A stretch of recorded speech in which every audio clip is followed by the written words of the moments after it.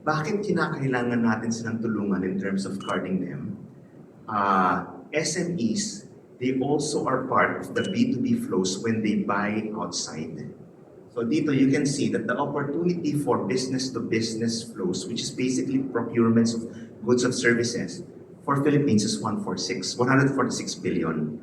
So malaking component in this 146 billion are SMEs also buying outside.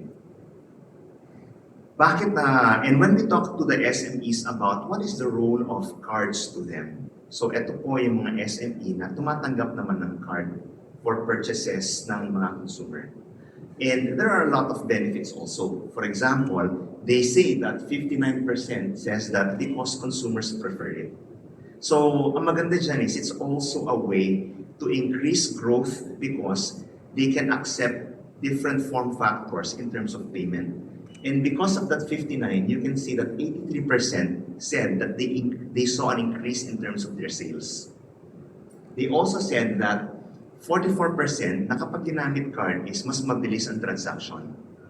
And those who accept card, they feel na it's also more secure because they don't have to keep cash on premises. That can result to hold-ups, nakawan. And at the same time, 39% said na kapag card payment, the occurrence of fraud is minimal.